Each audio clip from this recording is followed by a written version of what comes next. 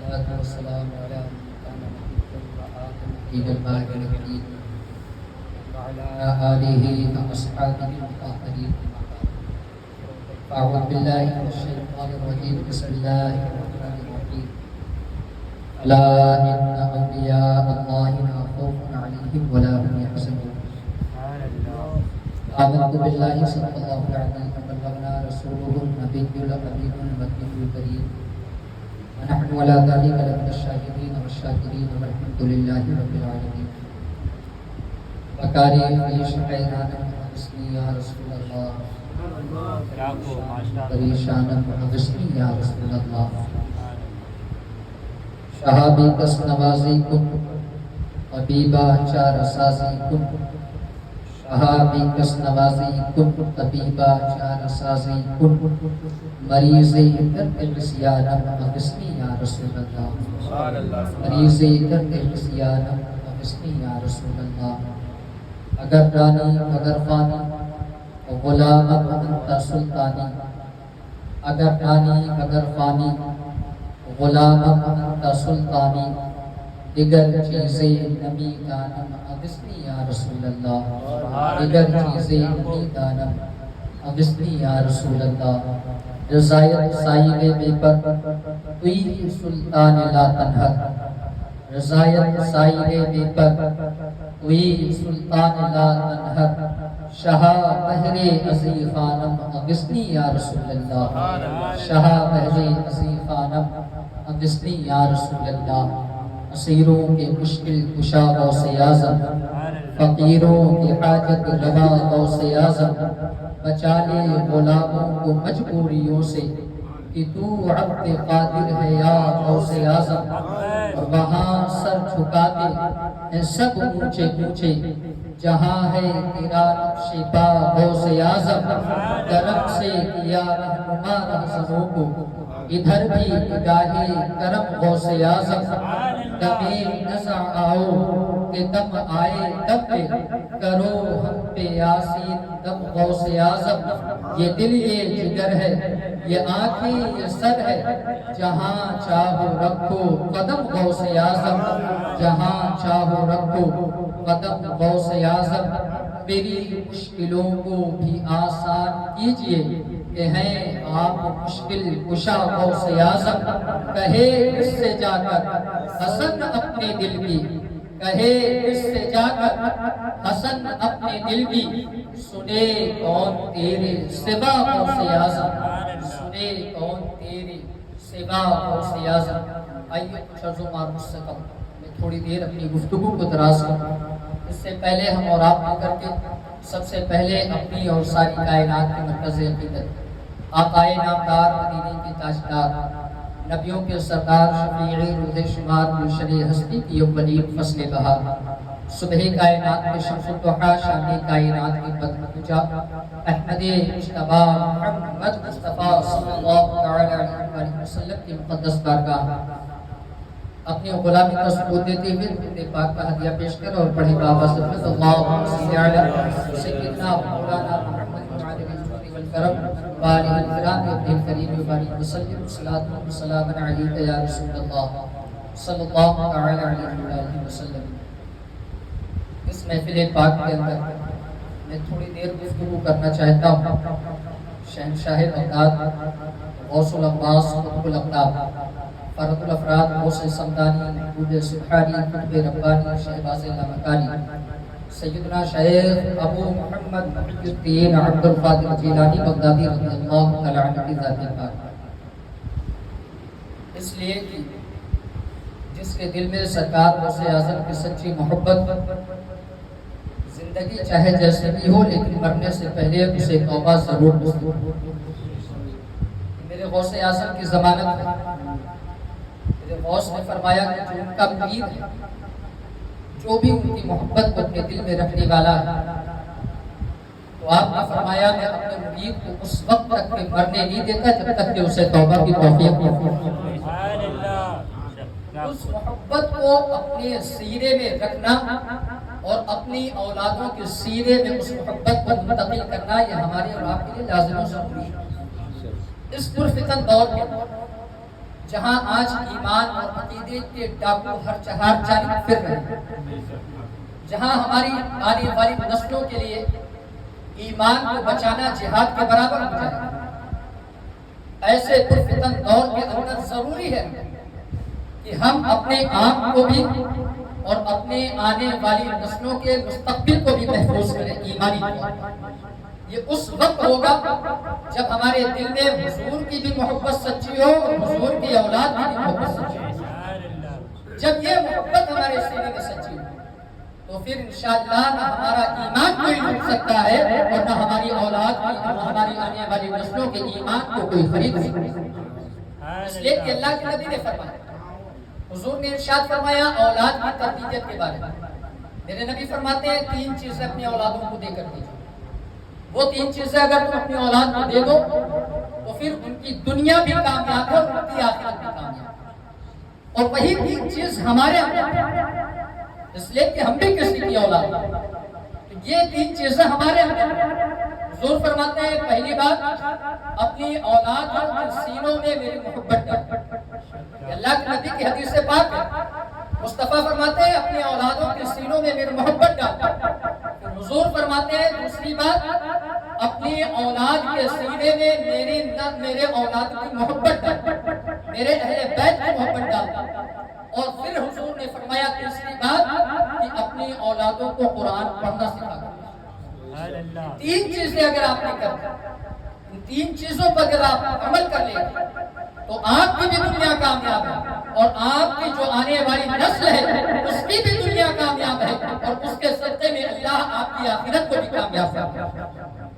بس عمل کرنا ہے۔ اس میدان میں تھوڑے پیچھے ہیں، زبانی دعوے ہمارے پاس بہت ہیں کہ حضور سے ہمیں بہت محبت ہے، حضور سے ہمیں بڑا پیار، زبانی دعوے ہمارے پاس بہت ہیں کہ حضور کی اولاد سے ہم اتنا محبت کرتے ہیں۔ اگر اس میدان میں اتر کر کے دیکھا جائے تو ابھی ہماری جو آنے والی نسل ہے، نئی نسل ہے، جو ماڈرن زمانے کے لوگ ہیں، ان سے اگر سرکار غوث اعظم جی کے بارے میں پوچھ لیا جائے تو لوگ ان کے بارے میں، یہ افسوس کی بات ہے، ہمیں سمجھنا چاہیے اس بات کو، اس لیے کہ سرکار غوث اعظم حضور کی اولاد سے تعلق رکھنے والی ایک عظیم شخصیت کا نام ہے۔ وہ ایک ایسی شخصیت ہے جو جسے چاہے پل بھر میں اللہ کی بارگاہ تک پہنچا دے۔ میرے غوث خود ارشاد فرماتے ہیں انسان کو اس وقت تک کی ولایت کا مقام نہیں ملتا جب تک کہ میں اس کی گردن پر اپنے قدموں سے مہر نہ لگا دوں، انسان اللہ کا ولی نہیں۔ ولایت سرکار غوث اعظم کے در سے ہو کر کے ملتی ہے، جب اس در سے ہم جڑ کر کے رہیں گے تو ہمارا ایمان بھی محفوظ رہے گا، ہماری نسلوں کا ایمان بھی محفوظ رہے گا۔ اعلیٰ حضرت امام اہل سنت نے اسے در کے بارے میں فرمایا، واہ کیا مرتبہ اے غوث ہے بالا تیرا، اونچے اونچوں کے سروں سے قدم آلا تیرا، سر بھلا کیا کوئی جانے کہ ہے کیسا تیرا، اولیاء ملتے ہیں آنکھیں وہ ہے کلمہ۔ اسی کلام کے اندر اعلیٰ حضرت نے فرمایا ہمیں اور آپ کو عقیدہ دیا تھا۔ آج کچھ لوگ ہیں سرکار غوث اعظم کی در سے دور کرنے والے، وہاں پر جانے کو بدعت اور حرام کہنے، شرک کا فتویٰ دینے والے، لیکن ہمارے رضا بریلی کے تاجدار نے ہمیں اور آپ کو عقیدہ دیا، کیا دبے جس پہ حمایت کا ہو پنجہ تیرا، کیا دبے جس پہ حمایت کا ہو پنجہ تیرا، شیر کو خطرے میں لاتا نہیں کتا، شیر کو خطرے میں لاتا نہیں کتا تیرا، تجھ سے در سے سگ سے مجھ کو نسل۔ اتنا لمبا ایک رشتہ اعلیٰ حضرت نے قائم فرمایا، اور یہ اتنا عظیم رشتہ ہے، اتنا عظیم رشتہ ہے کہ یا غوث اعظم کہاں ہم کہاں آپ، کہاں ہم جیسا غلام کہاں آپ جیسا آقا، یا غوث اعظم آپ کا در اور ہم اس لائق نہیں، اتنے کہنے کے قابل بھی نہیں۔ میرے رضا نے انکساری فرمایا اور پھر فرماتے ہیں تجھ سے در سے سگ سے ہے مجھ کو نسل۔ اے میرے شیخ آپ کا جو دروازہ ہے اس دروازے پر جو بیٹھنے والا کتا ہے اس کتے سے مجھے نسبت حاصل ہے، اس کتے سے مجھے تعلق حاصل ہے۔ پھر فرماتے ہیں جو اس در کے کتے سے بھی نسبت حاصل کر لے، میرے رضا فرماتے ہیں تجھ سے سگ تجھ سے در میری گردن میں بھی ہے دور کا ڈورا تیرا، میری گردن میں بھی ہے دور کا ڈورا تیرا۔ اللہ حضرت نے بہت زیادہ قربت کا اظہار فرما کر کے اپنے بڑائی کو نہیں بیان فرمایا، بلکہ اتنی انکساری فرمائی، اے میرے شیخ جو آپ کے در کا کتا ہے، اس کتے سے میں تعلق رکھتا ہوں، اس کتے کی محبت میرے دل کے اندر ہے، اور پھر یہ رشتہ آپ کی دہلیز تک پہنچتا ہے، آپ کی بارگاہ تک پہنچتا ہے، اور پھر میرے رضا فرماتے ہیں کہ پھر جب وہ رشتہ مضبوط ہو جائے تو انسان دنیا میں بھی کامیاب ہوتا ہے، آخرت میں بھی کامیاب ہوتا ہے۔ فرماتے ہیں جس نشانی کے جو سگ ہے نہیں مارے جاتے، جس نشانی کے جو سگ ہے نہیں مارے جاتے، میری گردن میں رہے حشر تک ڈورا، میری گردن میں رہے حشر تک ڈورا تیرا۔ اس نشانی کے جو سگ ہیں یعنی اس در کے جو کتے نہیں مارے جاتے، دنیا میں بھی نہیں مارے جائیں گے، قبر کی منزل میں بھی نہیں مارے جائیں گے، کہیں نہیں مارے جائیں گے، حشر کے میدان میں بھی نہیں پریشان کیے جائیں گے۔ غوث اعظم کے پیچھے پیچھے ان کے غلام جنت کے اندر داخل ہو جائیں گے۔ ان کی محبت ہمارے لیے لازم اور ضروری ہے، شیخ کی محبت۔ اور پھر یہ کمال کی بات تو یہ نا کہ ہم ان سے پیار کر اپنے دل میں ان کی محبت رکھے، تو یہ ہمارا اختیار نہیں ہے، بلکہ جب ہمارے دل میں ان کی محبت ہو تو سمجھ لیں کہ غوث اعظم نے ہم پر کرم فرمایا، سرکار غوث اعظم نے ہم پر کرم فرمایا ہے، تب ہمارے دل کے اندر ان کی محبت پیدا ہو۔ اس لیے کہ میرے غوث نے فرمایا جب تک میں نہ چاہوں، جب تک میں نہ چاہوں کوئی میرا نام نہیں لے سکتا۔ اگر ہم غوث اعظم کا ذکر کر رہے ہیں، تذکرہ کر رہے ہیں، تو گویا کہ میرے غوث کی مرضی ہے کہ یہاں پر بیٹھ کر کے ان کا غلام ان کا تذکرہ کرے بھی اور ان کا تذکرہ سنے۔ غوث کی مرضی سے ہو رہا ہے، یہ ہمارا اختیار نہیں ہے، آپ بیٹھے ہیں یہ آپ کا اختیار نہیں ہے، میرے غوث نے ہمیں اور آپ کو منتخب فرما لیا ہے۔ آج کے دن ان کی یہ مرضی تھی کہ غلام کھڑا ہو کر کے ان کا ذکر کرے اور آپ جیسا غلام بیٹھ کر ان کا ذکر سنے۔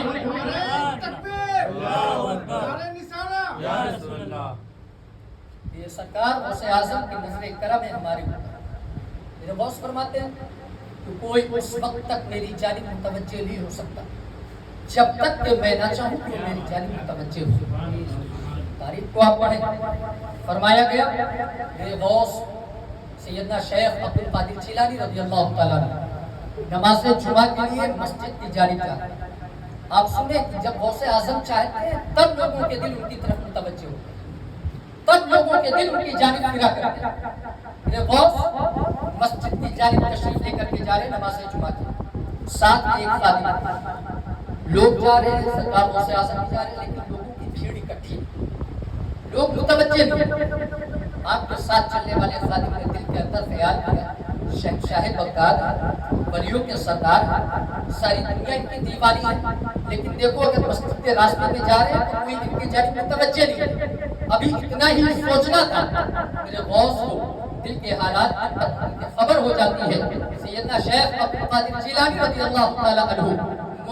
وہاں پر چلتے ہوئے لوگوں کی جانب توجہ فرماتے ہیں، اور پھر لوگوں کی بھیڑ اکٹھی ہونی شروع ہو جاتی ہے، لوگوں کا اتنا جمع غفیر اکٹھا ہوتا ہے۔ وہ جو خادم جو آپ کے پیچھے پیچھے چل رہا تھا، لوگوں کی بھیڑ کی بنیاد پر آپ سے کافی پیچھے ہو جاتا ہے۔ پھر جب لوگوں کی بھیڑ دور ہوتی ہے وہ خادم پاس میں آتا ہے۔ میرے غوث فرماتے ہیں ہمارے دل کے اندر یہی تو خیال پیدا ہوا تھا، شہنشاہ بغداد ہے، ولیوں کے سردار ہے، جا رہے ہیں تو لوگ ملنے کے لیے نہیں آ رہے ہیں، راستہ چل رہے ہیں تو لوگ ملاقات کرنے کے لیے نہیں آ رہے ہیں، لیکن پھر جب لوگوں کا جمع غفیر آیا، لوگوں کی بھیڑ اکٹھی ہوئی تو تم پیچھے چلے گئے تھے۔ سنو سنو، اس وقت تک کے خلق خدا میری جانب متوجہ نہیں ہو سکتی ہے جب تک کہ میں نہ چاہوں۔ جب میں توجہ کیا کرتا ہوں تب اللہ کی مخلوق میری طرف آیا کرتی ہے، اور جب میں توجہ ہٹا لیا کرتا ہوں تو اللہ کی مخلوق مجھ سے دور ہو جائے۔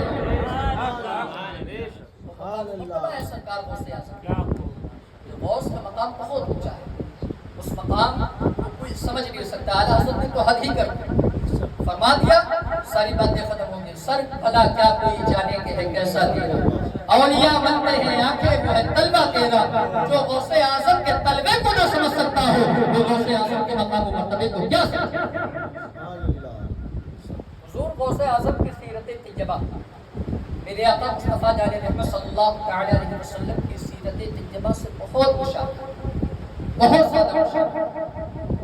اتنی زیادہ مشابہت کسی اور کی سیرت نے نبی کی سیرت سے اختیار نہیں فرمائی جتنا سرکار غوث اعظم کی سیرت،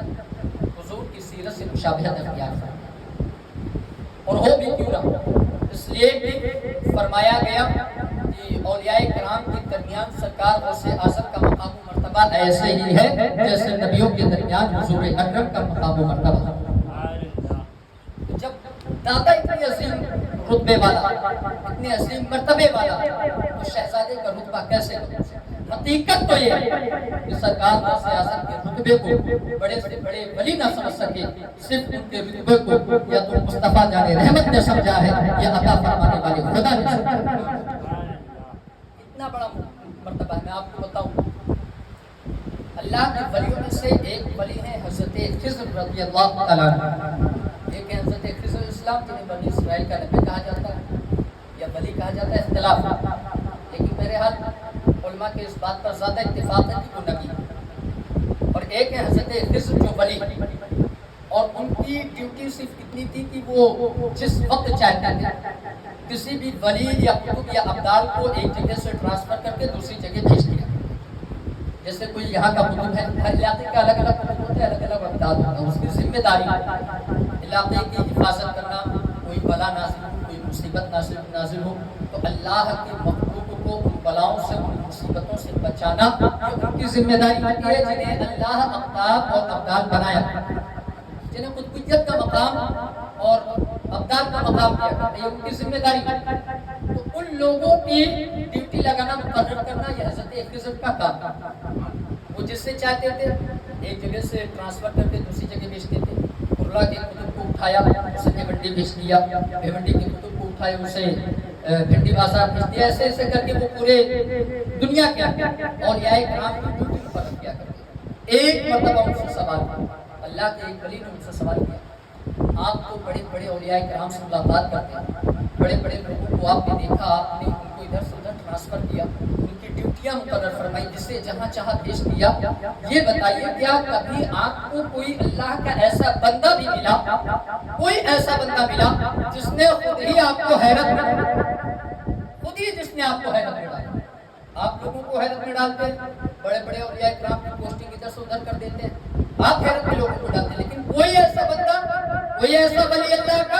جس نے آپ کو حیرت میں ڈالا؟ حضرت خضر فرماتے ہیں ہاں، ایک اللہ کا ولی مجھے، ایک اللہ کا۔ پوچھا گیا کون تھا، اس کا معاملہ کیا؟ حضرت خضر فرماتے ہیں معاملہ یہ ہے کہ ایک مرتبہ میں اس دنیا سے اڑتے اڑتے نکلا اور میں سیر پر نکلا، لوگوں کو دیکھنے کے لیے نکلا، اور پھر میں معائنہ کرتے کرتے اس دنیا سے باہر چلا گیا، میں عالم ملکوت سے نکل گیا اور ہوا میں سیر کرتا رہا، کرتے کرتے سیر میں نے دیکھا پانی کے درمیان ایک جزیرہ ہے، ایک ٹاپو ہے، اس پر ایک اللہ کا بندہ ہے، ایک اللہ کا بندہ ہے جو وہ سفید چادر اوڑھ کر کے آرام کر رہا ہے، لیٹا ہوا ہے۔ مجھے حیرت ہوئی، مولا ایک ایسی جگہ بندے جہاں کسی انسان کا کوئی گزر ہی نہیں ہے، جہاں کوئی انسانی آبادی ہی نہیں ہے، جہاں کسی انسان کا کوئی تعلق ہی نہیں ہے، انسان کا وہم و گمان بھی نہیں ہو سکتا کہ یہاں کوئی انسان آ کر کے رہ سکتا ہے، وہاں ایک بندہ چادر اوڑھ کر کے لیٹا ہے، آرام کر رہا ہے۔ وہ فرماتے ہیں میں ہوا سے نیچے اترا، میں اس بندے کے قریب آیا اور اسے دیکھنے کے بعد مجھے اندازہ ہو گیا یہ کوئی عام بندہ نہیں ہے، یہ ضرور اللہ کا کوئی مقرب بندہ ہے، یہ کوئی عام بندہ نہیں ہے، یہ ضرور اللہ کا کوئی ولی ہے۔ فرماتے ہیں میں اس کے قریب اتر گیا اور اسے میں نے جگانے کی کوشش کی، میں نے کہا او اللہ کے بندے اٹھ، اگر تو ولی ہے تو اور مرتب قطب بن جا، اگر تو قطب ہے تو اللہ کو اور راضی کر، تو ابدال کی منزل پر فائز ہو جا، اگر تو ابدال ہے تو اللہ کو اور راضی کر، تو سالک بن جا، اگر تو سالک ہے تو اللہ کو اور راضی کر، تو ابرار بن جا، اگر تو ابرار ہے تو اللہ کو اور راضی کر، تو مجذوب بن جا، اگر تو مجذوب ہے تو اللہ کو اور راضی کر، تاکہ اللہ تیرے مقام کو اور بڑھا دے۔ فرماتے ہیں میں اسے اتنا کہہ کر کے بیدار ہی کر رہا تھا، خاطب غیبی سے آواز آ جاتی ہے اے خضر سنبھال کر کے، اے خضر ہوش کے نہ بھول لو، اس لیے کہ یہ کوئی عام بندہ نہیں ہے، تم اسے ایسے ہی نہیں جگا سکتے ہو۔ تو اس وقت حضرت خضر فرماتے ہیں میں نے اللہ کی بارگاہ میں عریضہ پیش کیا تھا، اے بار الہ ذرا بتا تو صحیح کہ آخر یہ تیرا کون سا بندہ ہے جو یہاں پر آرام کر رہا ہے اور جس نے جگانے سے تو بھی منع فرما رہا ہے۔ حضرت خضر فرماتے ہیں خاطب غیبی سے آواز آئی تھی اے خضر سنبھل کر کے، اس لیے کہ سارے کے سارے ولی ہیں، وہ محنت کرتے ہیں تب جا کر کے مقام حاصل کیا کرتے ہیں، وہ سارے کے سارے میری رضا چاہتے ہیں، لیکن جو میرا یہ بندہ ہے جو اسے راضی کر لے گیا اسے اللہ بھی راضی ہو جاتا ہے، اور یہ جسے چاہے جو چاہے اسے وہ مقام و مرتبہ عطا کر دیا کرتا ہے۔ حضرت خضر پوچھتے ہیں ہمارے الہ اس کا نام کیا ہے؟ تو اللہ رب العزت نے حضرت غیبی سے آواز دی تھی، ارشاد ہوتا ہے اے میرے بندے خضر سنو سنو، یہ کوئی اور نہیں ہے، اسی کو شیخ عبد القادر جیلانی کہا جاتا ہے۔ یہ میرے نبی کی اولاد میں پیدا ہوگا اور اس کا قدم تمام اولیاء کرام کی گردنوں پر۔ یہ ہے میرے غوث کا مقام و مرتبہ، شیخ عبد القادر جیلانی۔ ان کی محبت کو اپنے سینے میں رکھنا یہ ہمارے لیے بہت ہی زیادہ لازمی و ضروری ہے، اس لیے کہ اگر اس در کے غلام ہو گئے نا تو پھر ہمیں دنیا پریشان نہیں کر سکتی۔ فرمایا گیا جو غوث اعظم کے مرید ہیں، سرکار غوث اعظم انہیں اپنی آستین کے اندر انہیں اپنی آستین کے اندر رکھتے ہیں، اس لیے تو خود ہی فرمایا تھا مریدی لا تخف اللہ عطانی رفعت ملک الملالی، قصیدہ غوثیہ کا شعر میرے غوث اعظم نے خود ہی فرمایا تھا ان کے مریدوں کے لیے کوئی خوف اور کوئی غم ہے ہی نہیں، نہ دنیا کے اندر نہ آخرت کے اندر۔ فرماتے ہیں کہ جب کوئی ان کے مرید کو پریشان کیا، کوئی ان کے مرید کو پریشان کیا تو سرکار غوث اعظم اپنی آستین کو عالم جلال میں جھاڑ دیا، اور جب وہ اپنی آستین کو جھاڑتے ہیں تو سرکار غوث اعظم کے جلال کی بنیاد پر ان کے مرید کے جتنے بھی دشمن ہوتے ہیں سب کے سب تباہ و برباد ہوتے ہیں۔ اور میرے غوث اعظم کی اسی شان کے بارے میں اعلیٰ حضرت امام اہل سنت نے فرمایا تھا الاما قہر اے غوث ہے وہ دیکھا تیرا مر کے بھی چین سے سوتا نہیں مارا۔ یہ اعلیٰ حضرت نے فرمایا تھا یا غوث اعظم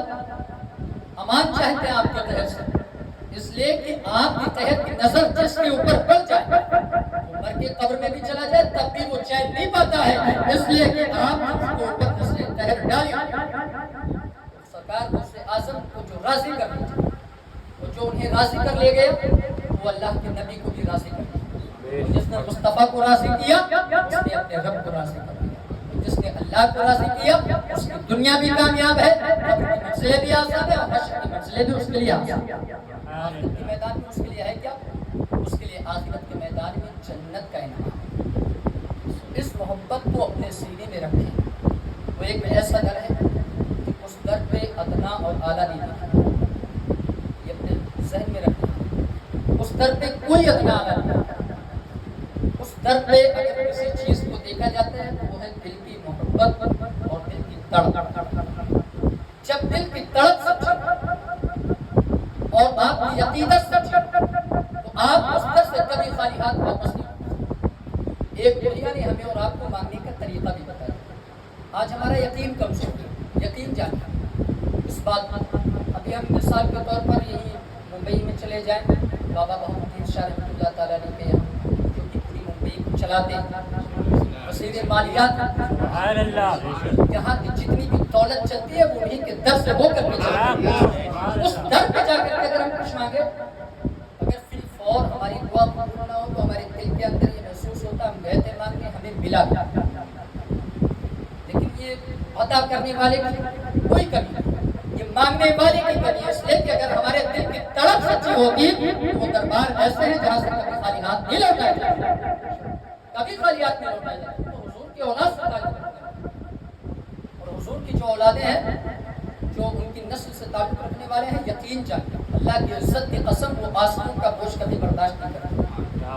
کبھی نہیں برداشت کرتے، چاہے وہ دنیا میں ہو اور چاہے وہ اپنی قبر کی منزل میں ہو۔ ان کے در پر آپ آنسو بہا کر کے دیکھ لیں، وہ دنیا کے بڑے سے بڑا در برداشت کر لیا کرتے ہیں، لیکن آنسوؤں کا بوجھ وہ کبھی اٹھایا نہیں کرتے، اسے باقی نہیں رکھا کرتے۔ دل کی تڑپ سچی ہو، آنسوؤں کے ساتھ آپ کبھی کچھ مانگ کر کے دیکھیں آل رسول کے دربار سے تو اللہ ضرور آپ کو عطا فرما دے گا، اس لیے کہ ان کی ضمانت وہ آنسوؤں کا بوجھ نہیں اٹھاتا۔ ہمارے دل کی تڑپ نہیں سچی،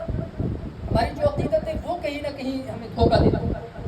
ہماری عقیدت کیسی ہونی چاہیے؟ ہماری عقیدت اعلیٰ حضرت امام اہل سنت جیسی ہونی چاہیے، امام احمد رضا جیسی عقیدت ہونی چاہیے۔ حج کے لیے جا رہے تھے، سمندر میں طوفان آیا، کیپٹن نے اعلان کر دیا جہاز کا، فجیری جہاز ڈوبنے والا، لیکن عقیدت دیکھیں، یقین دیکھیں، یقین کامل کہتے ہیں اسے۔ میرے رضا نے فرمایا واللہ میں ضمانت دیتا ہوں یہ جہاز ہرگز نہیں ڈوب سکتا، میں اس بات کی گارنٹی دیتا ہوں یہ جہاز پانی کا نہیں ڈوب سکتا۔ جب وہ طوفان ختم ہوا، کیپٹن جہاز کا کیپٹن قریب آیا، اس نے آنے کے بعد کہا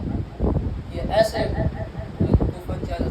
سمندر کے طوفان میں جو ہے جہاز بچا نہیں کرتا، لیکن کیا وجہ تھی کہ آپ کو یقین تھا؟ میرے رضا فرماتے ہیں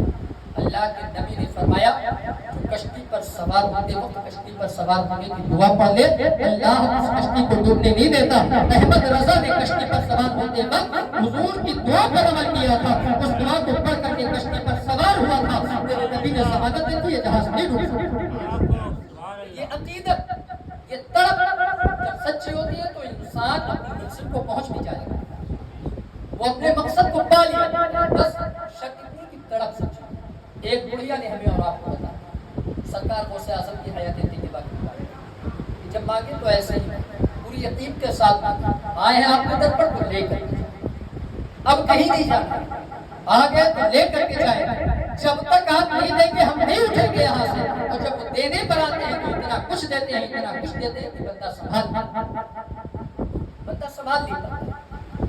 فرمایا گیا آپ کی حیات طیبہ کے متعلق، میں آخری بات پیش کروں اس لیے کہ وقت کو بھی مد نظر رکھنا، مجھے بھی کہیں اور جانا ہے، تو اس کے متعلق میں آخری بات پیش کروں۔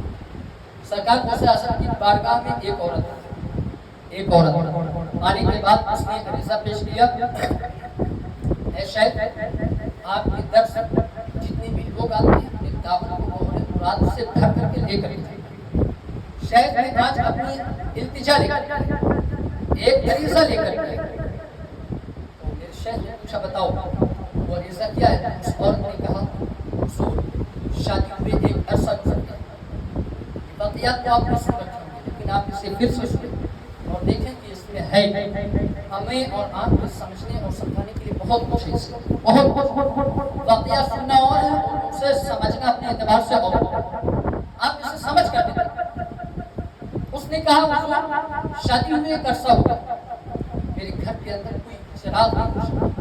کوئی پھول نہیں، آج میرے گھر کا آنگن سونا ہے، میرے گھر کے اندر کوئی کلکاری نہیں، میں چاہتی ہوں کہ آپ دعا فرما دیں اللہ رب العزت مجھے اولاد دے، آپ دعا فرمائیں اللہ مجھے اولاد دے۔ میرے غوث نے اپنی آنکھوں کو بند کیا، مراقبہ فرمایا، لوہے محفوظ کو دیا، الٹی ہی چال چلتے ہیں دیوان کا بھی عشق، آنکھوں کو بند کرتے ہیں دیدار کی۔ میرے غوث نے آنکھوں کو بند کیا،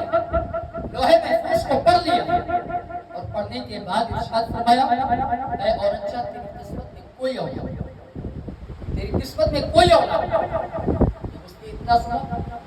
ہم اور آپ ہوتے تو ہمارا طریقہ کیا ہوتا؟ ہم تو ہوتے چلیے ہماری قسمت میں نہیں ہے تو چلتے ہیں کہیں اور چلتے ہیں، یہ ہمارا طریقہ ہوتا، ہمیں نہیں مل رہا ہے یہاں سے تو چلو کہیں اور چل کر کے دیکھتے ہیں ملتا ہے کہ نہیں۔ لیکن وہ ضد لے کر کے آئی، تڑپ اس کی سچی تھی، آج جا رہے ہیں اور عبد القادر سے اولاد لے کر کے ہی واپس، تڑپ اس کی بالکل سچی تھی۔ بیٹھ اس نے کہا حضور اگر میری قسمت میں اولاد ہوتی ہی تو میں آپ سے مانگنے ہی کیوں آتا، میں آپ کی بارگاہ میں کیوں آتا؟ میری قسمت میں ہوتی اللہ نے مجھے پہلے ہی عطا کر دیا ہوگا، جب میری قسمت میں نہیں ہے تبھی تو میں آپ کے پاس آئی ہوں کہ آپ دعا فرمائے اللہ آپ کی دعا کے صدقے میں مجھے اولاد ہے، میری قسمت میں نہیں ہے اس لیے۔ میرے باس نے اتنا سنا، اچھا یہ تو بڑی ہوشیار عورت ہے، اس نے تو بہت لمبا سوال کر لیا اور بہت کچھ سوچ کر کے آئی۔ میرے باس نے مسلح کو بچھایا، فرمایا ٹھہر میں 2 رکعت نماز ادا کرتا ہوں۔ میرے باس نے اپنے رب کی بارگاہ اپنی زمین نیاز کو جھکا دیا اور جھکانے کے بعد جب 2 رکعت نماز مکمل ہو گئی اپنے دست سوال اپنے رب کی بارگاہ میں دراز کیا، دراز کر کے عریضہ پیش کرتے ہیں اے باری الہ تیری یہ بندی تیرے اس بندے کے پاس آئی ہے، وہ چاہتی ہے میں دعا کروں اسے اولاد عطا فرما دی، اس کی قسمت میں کوئی اولاد نہیں ہے، مولا تو جانتا ہے کہ تو بہتر جانتا ہے تو جب تک کسی کے دل کے اندر کوئی بات نہ ڈالے اس وقت تک بھی اس کے دل کے اندر کوئی بات نہیں آیا کرتی ہے۔ خاطر غیب سے آواز آتی ہے عبد القادر ٹھہر جاؤ، اس کی قسمت کے اندر کوئی اولاد نہیں ہے۔ میرے غوث عریضہ پیش کرتے ہیں اے رب کائنات، ہم بھی جانتے ہیں اس کی قسمت کے اندر کوئی اولاد نہیں ہے، اگر اس کو اولاد نہیں دینا تھا تو تو نے اس کے دل کے اندر یہ بات ڈالی ہی کیوں کہ یہ تیری بندی تیرے اس بندے کے پاس آئے اور آنے کے بعد کہے کہ تیرا یہ بندہ اس بندی کے لیے دعا کرے تاکہ اسے اولاد عطا فرما دے۔ مولا اگر تو نے اس کے دل کے اندر یہ بات ڈال ہی دی ہے تو اب اپنے اس بندے کی لاج رکھ لے۔ مولا میری دعاؤں کو قبول فرما لے، اے رب کائنات تو اسے اولاد سے مالا مال فرما دے۔ ابھی میرے غوث دعا فرماتے جا رہے ہیں، عاطف غیب سے آواز آتی ہے اے میرے بندے عبد القادر، جا میں نے تیری دعاؤں کے بدلے میں اس سے ایک اولاد نہیں بلکہ تین اولادیں یا 5 اولادیں یا 7 اولادیں عطا فرما دی ہے۔ میرے غوث نے دعا فرمائی ہے، اللہ نے اس عورت کی قسمت کو تبدیل فرما دیا ہے، اس سے ایک نہیں 5 روایتوں کے متعلق 3 اولادیں عطا فرمائی ہے، 5 کے متعلق 5 اولادیں عطا فرمائی ہے، اور آخری روایت کے متعلق اللہ نے 7 اولادیں اس عورت کو عطا فرمائی ہے۔ بتانے کا مطلب یہ ہے کہ جب بھی مانگنا ہو تو سچے دل کے ساتھ بیٹھ جاؤ، سچی طلب کے ساتھ بیٹھ جاؤ۔ اگر قسمت میں ہوتا تو آپ سے کہتے ہی کیوں، قسمت میں ہوتا تو پہلے ہی مل گیا ہوگا۔ اے میرے غوث، ہماری قسمت میں یہ چیز نہیں ہے، ہم چاہتے ہیں آپ دعا فرما دیں، آپ جب دعا فرمائیں گے اللہ آپ کی دعا کو قبول فرما لے گا، وہ ہماری قسمت کو تبدیل فرما دے گا۔ اس لیے کہ آپ کی دعا کبھی رد نہیں ہوا کرتی ہے، جب آپ اشارہ فرما دیں گے تب اللہ آپ کی دعا کو قبول فرما لے گا۔ اے میرے غوث، ہم جانتے ہیں آپ کی دعا کی بات تو دور ہے، آپ نے اپنے شہر کی مٹی کے بارے میں فرمایا ہے، میرے غوث نے فرمایا پوری دنیا کے اندر اگر لوگوں کی دعائیں کہیں نہ قبول ہوتی ہو تو بغداد آ جائے اور میرے شہر کی مٹی کو اٹھا کر کے اس مٹی کا حوالہ دے کر کے اپنے رب کی بارگاہ میں دعا کرے، اللہ میرے شہر کی مٹی کی برکتوں کے صدقے میں اس کی دعا کو قبول فرمائے۔ جس غوث کے شہر کی مٹی کی برکتوں کا حال میرے غوث فرمائے میرے شہر کی مٹی کو اٹھاؤ، دعا کرو، اللہ تمہاری دعاؤں کو قبول فرما لے گا۔ اس غوث کی دعاؤں کا عالم کیا ہوگا کوئی اندازہ نہیں کر سکتا، کوئی نہیں اندازہ کر سکتا ہے۔ اللہ رب العزت اس غوث کو بے پناہ قدرت عطا فرمائی، بے پناہ اختیار عطا فرمائی۔ ہمارا عقیدہ یہ بھی ہے، جیسا آج کچھ لوگ کہتے ہیں کہ ہم مانگنے جاتے ہیں اولیاء کرام کے دربار میں، تو ہمارا عقیدہ یہ ہوتا ہے کہ یہ ان کی خود کی ذاتی چیزیں نہیں۔ ہمارا اہل سنت والجماعت کا عقیدہ یہ ہے اللہ کے جتنے بھی بندے ہیں، برگزیدہ بندے، اس کے مقرب ترین بندے، اس کے جتنے بھی ولی ہیں، ہمارا عقیدہ یہ ہے اللہ نے انہیں اپنی طرف سے اختیار عطا فرمایا ہے، ذاتی اختیار کا کوئی ذاتی اختیار کا کوئی بھی نہیں ہے۔ یہاں تک کہ میرے آقا مصطفیٰ جان رحمت کے پاس جو کچھ بھی ہے وہ اللہ کی طرف سے عطا کرتا ہے، مصطفیٰ کے پاس بھی ذاتی چیز کچھ بھی نہیں ہے، سب کچھ میرے رب نے عطا فرمایا ہے۔ ہمارا اختیار یہ ہے، ہاں ہمارا عقیدہ یہ ہے، ہاں ہمارا عقیدہ اتنا بھی ہے کہ اللہ نے اپنے ان بندوں کو اتنا اختیار دے دیا ہے جو جب چاہے اپنے غلاموں کی قسمتوں کو تبدیل اس در سے اپنی محبت کو سچی رکھے اور ایسے ہی محفلوں کو منعقد کرتے رہا کرے، ایسے بابرکت محفلوں کے اندر بیٹھ کر ان کا ذکر کرتے رہا کرے، اس لیے کہ کوئی بھی محفل چھوٹی اور بڑی نہیں ہو، کوئی محفل چھوٹی اور بڑی نہیں ہو۔ اللہ کے ذکر کی مجلس، مصطفیٰ کے ذکر کی مجلس یا حضور کے غلاموں کے ذکر کی مجلس، کوئی محفل ایسا نہیں کہ آپ بہت بڑا جلسہ کریں، بہت زیادہ لائٹیں لگائیں، بہت زیادہ علماء کو بلائیں اور یا بہت زیادہ بھیڑ اکٹھی ہو تبھی وہ محفل قبول ہو، ایسا نہیں، بلکہ وہ محفل قبولیت کی منزل کو پہنچتی ہے جس میں ریاکاری نہ ہو، جس کے اندر خلوص ہو، جس کے اندر محبت ہو، جس کے اندر ایک دل کی تڑپ چھوٹی ہو، چند لوگ ہوں، حضور کا ذکر ہو جائے۔ میرا عقیدہ ہے اگر دل کی محبت سچی ہوگی تو محفل قبولیت کی منزل کو پہنچا دے، ایسے ہی پہنچتی ہے۔ عقیدے سے متعلق ہے اور بات سے متعلق ہے تو میں 2 منٹ کی اور اجازت چاہتا ہوں۔ سرکار غوث اعظم کی حیات طیبہ کے خلاف میں صرف یہ بتانا چاہتا ہوں کہ کوئی مجلس چھوٹی نہیں ہوتی، کوئی مجلس نہیں چھوٹی، بہت بڑی ہوتی ہے حضور کے ذکر کی مجلس، انسان کی عظمتوں کا اندازہ نہیں کر سکتا، کتنی برکت ہے اس مجلس کی۔ سرکار غوث اعظم کی حیات طیبہ کا یہ واقعہ، ایک عورت کی غریب تھی، نادار تھی، مسکین تھی، اس کا شوہر بھی نہیں ہے، کوئی بیٹا بھی نہیں ہے، صرف ایک بغداد بغداد شہر کا جو وزیر تھا اس کی حویلی کے اندر ایک دن حضور کے ذکر کی مجلس رکھی. جیسے آج ہمارا بھی طریقہ ہے کہ جب ہم کوئی محفل منعقد کرتے ہیں بڑے پیمانے پر پوسٹر لگاتے ہیں, ایک تاریخ معین ہوتی ہے, لوگوں کو بتایا جاتا ہے کہ فلاں تاریخ کو فلاں جگہ پر یہ محفل رکھی گئی ہے, اس میں آپ شرکت کریں. یہ ہمارا بھی طریقہ ہے. تو اس دور میں بھی جو وزیر کی محفل تھی, چونکہ وہ بڑے مرتبے والا تھا دنیاوی طور پر, بڑی مجلس اس نے منعقد کی اپنی حویلی کے. لوگوں کے اندر اس کا چرچا تھا, اس کا تذکرہ تھا اس کا کہ فلاں دن فلاں تاریخ پہ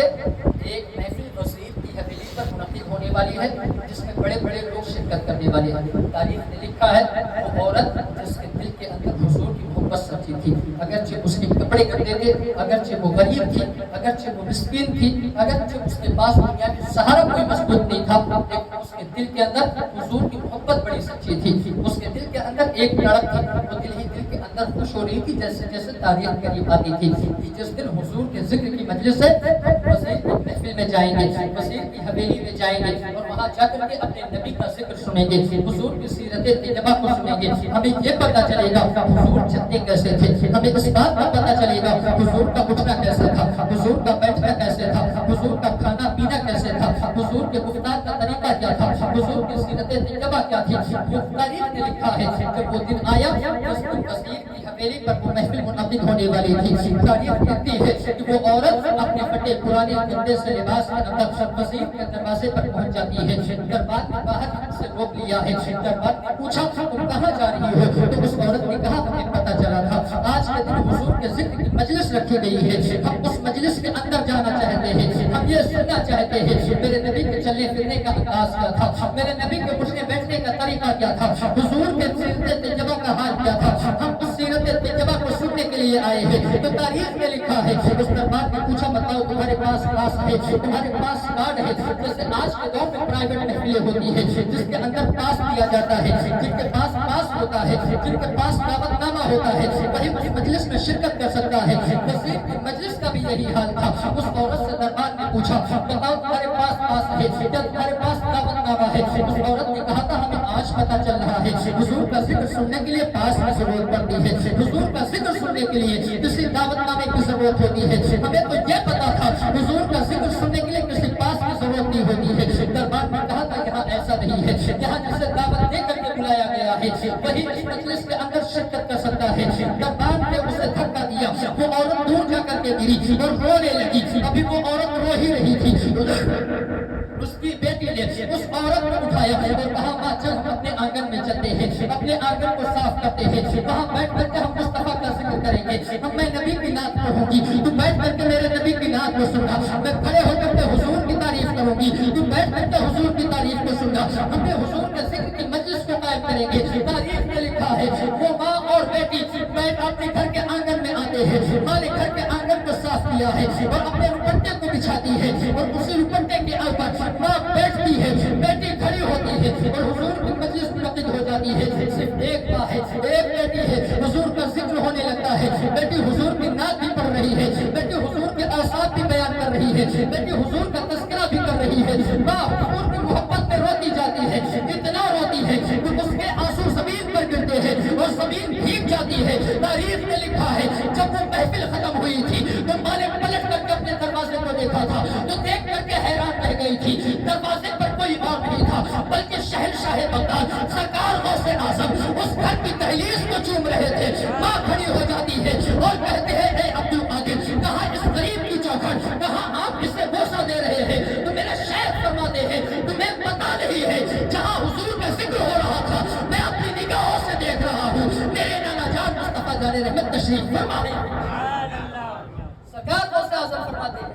میرے نانا جان مصطفیٰ جان رحمت اس آنگن میں تشریف فرما ہے جہاں صرف ذکر کرنے والے دو لوگ, ایک ماں ایک بیٹی ہے, لیکن دل کی تڑپ سچی تھی, دل کی لگن سچی تھی, محبت دل کی سچی تھی. تو پھر سرکار غوث اعظم بھی تشریف لے آئے ہیں اور مصطفیٰ جان رحمت بھی اس آنگن کے اندر تشریف لے آئے. تو جان لے کوئی محفل چھوٹی اور بڑی بھی ہوتی ہے بلکہ ہم یہ کہتے ہیں محفل وہ بڑی ہے جو اپنے ذکر کی بنیاد پر اللہ کی بارگاہ میں قبول ہو جائے اور اس محفل والوں کے اوپر سرکار غوث اعظم اور مصطفیٰ جان رحمت کی نظر عنایت ہو جائے. رب کی بارگاہ میں دعا ہے مولا میرے چند کلموں کو اپنی بارگاہ میں قبول فرمائے.